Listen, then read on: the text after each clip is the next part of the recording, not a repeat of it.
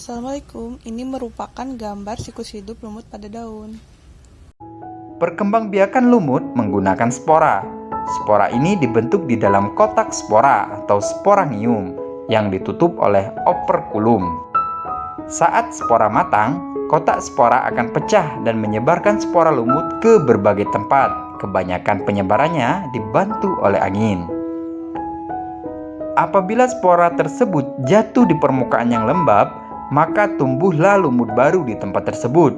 Namun, apabila spora jatuh di permukaan yang kering, maka spora tersebut akan mati. Lumut merupakan salah satu tumbuhan yang mengalami pergiliran keturunan atau metagenesis antara fase gametofit dan fase sporofit.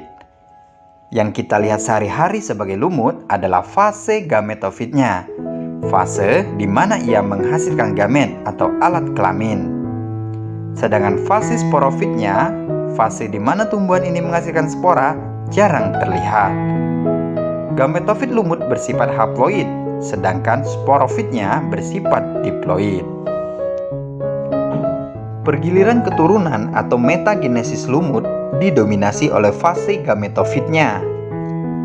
Artinya, fase gametofit lebih lama dibandingkan fase sporofit, sehingga lumut yang kita lihat sehari-hari adalah fase gametofitnya. Sekarang, kita mulai siklus hidup lumut dari fase gametofitnya. Gametofit jantan lumut akan membentuk antheridium yang kemudian akan menghasilkan sperma atau alat kelamin jantan. Sedangkan gametofit betina akan membentuk archegonium yang kemudian juga akan menghasilkan sel telur atau alat kelamin betina. Selanjutnya, melalui perantara air, sel sperma akan berenang menuju sel telur sehingga terjadilah fertilisasi atau pembuahan yang menghasilkan zigot. Zigot akan membelah secara mitosis yang akhirnya akan berkembang menjadi sporofit embrionik di dalam archegonium. Sporofit tumbuh dan berkembang menjadi dewasa dan di bagian ujungnya terbentuk sporangium. Sporangium merupakan kotak spora yang di dalamnya berisi ribuan spora.